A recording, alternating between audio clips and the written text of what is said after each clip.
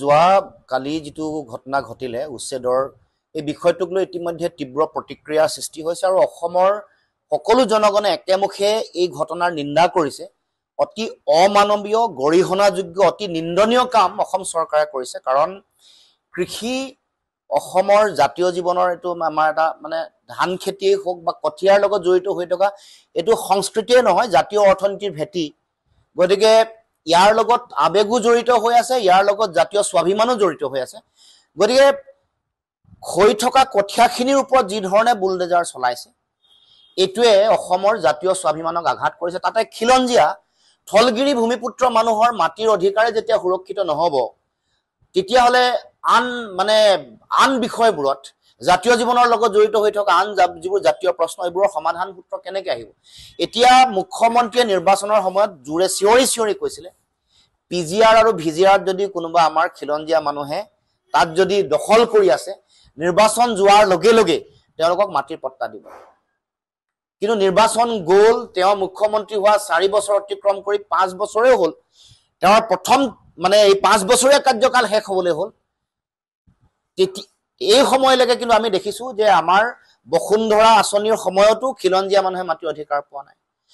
আৰু তেওঁ সেই সময়ত নিৰ্বাচনৰ সময়ত দিয়া যিটো প্ৰতিশ্ৰুতি PGR VGR খিলঞ্জীয়া মানুহক মাটি দিব, সেই প্ৰতিশ্ৰুতি তেওঁ পালন নকৰি যোৱাকালিৰ যিটো গুণগুণ চেতিয়া বুলি কোৱা যিগৰাকী মহিলা বা যিগৰাকী ছোৱালী আৰু সেই অঞ্চলৰ যিসকল খিলঞ্জীয়া মানুহক তেওঁলোকে তাত উচ্ছেদ কৰিলে, কঠিয়াবাৰী তাৰ উচ্ছেদ কৰি পেলালে, বিভিন্ন বাৰী বিশেষকৈ টেঙা খেতি কৰি থকা বিভিন্ন বাৰী এইবোৰ উচ্ছেদ কৰি মুখ্যমন্ত্ৰী বা বিজেপি চৰকাৰ আৰু এই দলটো যে তেওঁলোক খিলঞ্জীয়া বিৰোধী, অসমৰ খিলঞ্জীয়া মানুহৰ অধিকাৰ যে তেওঁলোকে দিব নোখোজে। ৰামদেৱক তেওঁলোকে বিঘাই মাটি দিছে।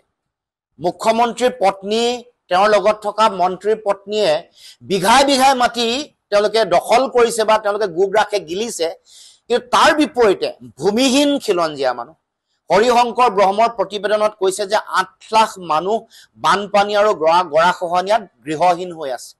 আৰু যিসকল খিলঞ্জীয়া মানুহে নিজৰ মাটি ভেটি হেৰুৱাই চৰকাৰী ভূমি বা বিভিন্ন ধৰণৰ PGR VGR বসবাস কৰি আছে, তেওঁলোকক মাটি দিয়াৰ যিটো কথা, সেই কথা চৰকাৰে দিয়া নাই। কিন্তু আদানী ৰামদেৱক দি আমাৰ মাটি শেষ কৰিব খুজিছে। আৰু মুখ্যমন্ত্ৰী আৰু তেওঁৰ ঘনিষ্ঠ মন্ত্ৰীয়ে বিভিন্ন জেগাত মাটি এনেকৈ তেওঁলোকে কিনিছে বা দখল কৰিছে বা গোগ্ৰাসেৰে তেওঁলোকে এই মাটিবোৰ তেওঁলোকে গিলিবলৈ আৰম্ভ কৰিছে। গতিকে আজি আমি প্ৰশ্ন কৰিব খুজিছো যে আমাৰ খিলঞ্জীয়া মানুহক এনেকৈ তেওঁলোকে উচ্ছেদ কৰিছে, উচ্ছেদ কৰিবৰ কাৰণে তেওঁলোকে বুলডেজাৰ লগাইছে। মুখ্যমন্ত্ৰীৰ পত্নীয়ে দখল কৰা বা অধিগ্ৰহণ কৰা মাটি, জয়ন্ত মল্ল বৰুৱাৰ পত্নীয়ে দখল কৰা মাটি, এইবোৰত কেতিয়া উচ্ছেদ অভিযান চলিব, কেতিয়া বুলডেজাৰ চলাব, সেই কথা অসমৰ মুখ্যমন্ত্ৰীয়ে ৰাইজক জনাব লাগে যে তেওঁলোক তলৰ মানুহ, নিজ মানুহ বুলি কৈছে।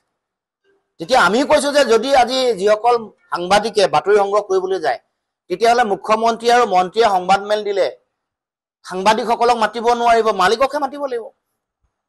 হয় নহয় বাৰু? তেওঁ মালিকৰ লগত কথা পাতিম বুলি যিহেতু কৈছে, মালিককে মাতক তেওঁ সংবাদ মেল ল'বৰ কাৰণে।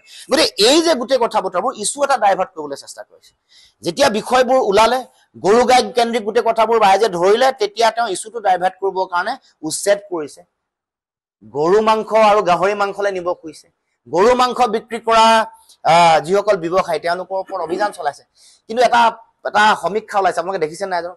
এইকেইদিন একেবাৰে ৰিচেণ্টলি এটা ওলোৱা সমীক্ষাত কৈছে যে ভাৰতবৰ্ষ গৰু মাংস ছাপ্লাইত পৃথিৱীৰ ভিতৰতে দ্বিতীয় আটাইতকৈ বেছি ছাপ্লাই কৰা এখন ৰাজ্য। এইটো লিখা আছে, India becomes second largest beef exporter, 3.8 billion. এইটো তেওঁলোকৰ কেন্দ্ৰীয় চৰকাৰৰ সংস্থা এটাই। এইবোৰতো আৰু বিজেপি দলটোৱে গৰু মাংস ছাপ্লাই কৰা যিসকল এক্সপৰ্টাৰ তেওঁলোকৰ পৰা পইচা লৈছে। এইটো কথা আমি কোৱা নাই। এই যে উচ্চতম ন্যায়ালয়ে SBI গোটেইবোৰ দিবলৈ কৈছিলে, ইলেক্ট্ৰেল বণ্ড ক'ৰ পৰা লৈছে, গৰু ছাপ্লাই দিয়া ব্যৱসায়ীসকলৰ পৰা তেওঁলোকে টকা লৈছে। তাৰমানে কথাবোৰ স্পষ্ট ৰূপত ওলোৱাৰ পাছত বিভ্ৰান্ত কৰিবৰ কাৰণে এইবোৰ কাম। আৰু তেওঁলোকে উচ্ছেদটো কৰিছিলে, এবাৰ ৰং নম্বৰ লাগি গ'ল খিলঞ্জীয়া মানুহৰ হাতত মাটি উচ্ছেদ কৰিবলৈ। আনকি একেবাৰে ৰুব পৰা কঠিয়াৰ ওপৰত বুলডেজাৰ চলাই দিছে। এইটো জানো অসমীয়া মানুহৰ আবেগ নহয়? কঠিয়া, কৃষি, কৃষক, কৃষি নিৰ্ভৰ সংস্কৃতি, আমাৰ বিহু সকলো কৃষিৰ লগত জড়িত। তাৰমানে একেলগে এই যে কঠিয়াৰ ওপৰত বুলডেজাৰ চলোৱা কথাটোৱে অসমীয়া মানুহৰ আবেগ স্বাভিমানকো আক্ৰমণ কৰিছে, আমাৰ কৃষ্টি সংস্কৃতি বিহুকো আক্ৰমণ কৰিছে, আমাৰ অৰ্থনীতিৰ ভেটি তাকো আক্ৰমণ কৰিছে। চিম্বলিক অৰ্থত অসমৰ মানুহৰ ভৱিষ্যত তেওঁলোকে উন্নত হ'ব, উন্নতি হোৱাটো নিবিচাৰে। গতিকে এই সকলো কথা আহি মই এটা কথা ক'ব খোজো যে মুখ্যমন্ত্ৰীয়ে যিটো টুলুঙা কথা কৈ আছে সকলো তদন্ত হ'ব লাগে।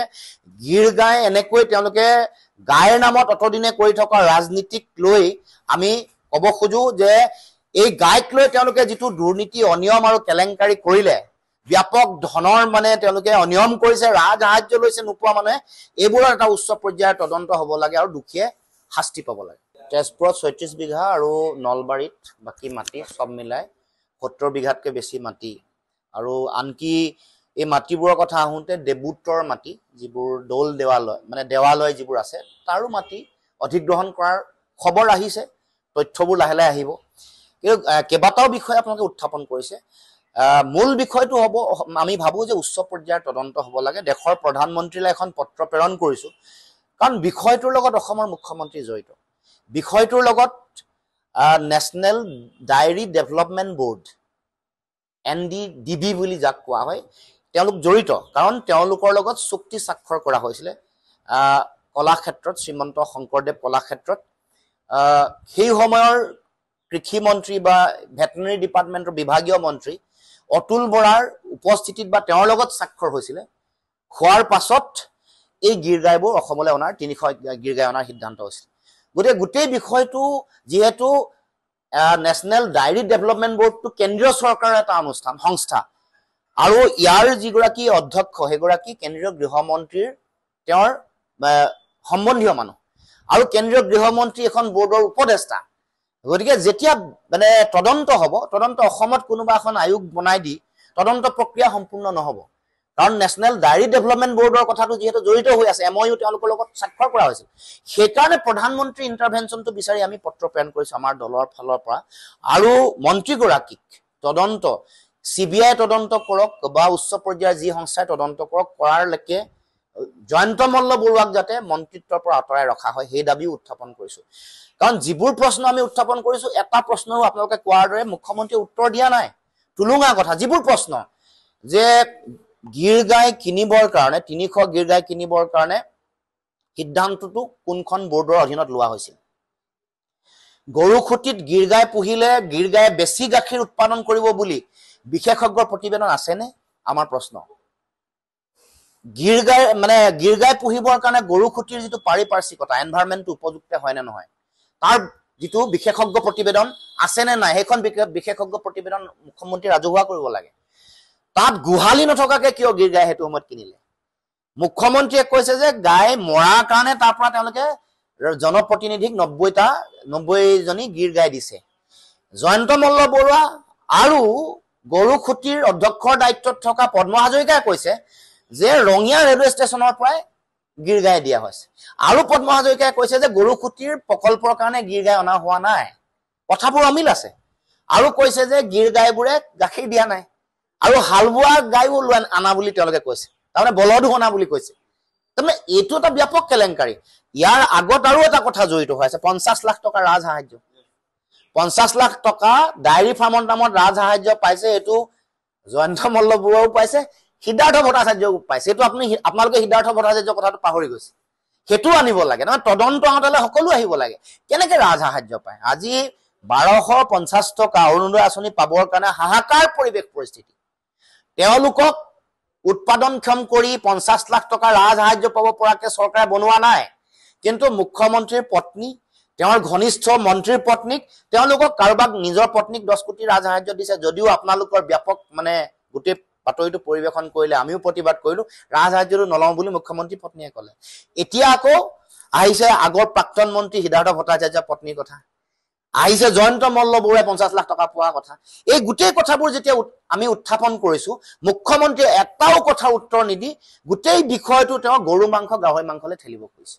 মৌলিক প্ৰশ্নবোৰ য'ত অনিয়ম হৈছে, দুৰ্নীতি হৈছে, কেলেংকাৰী হৈছে, আৰু এই প্ৰশ্নবোৰ আপোনালোকে যেতিয়া সুধিবলৈ গৈছে, আপোনালোকক তেওঁলোকে ধৈৰ্যৰ বান খোল খাই তেওঁলোকে বেয়াকৈ ব্যৱহাৰ কৰিছে।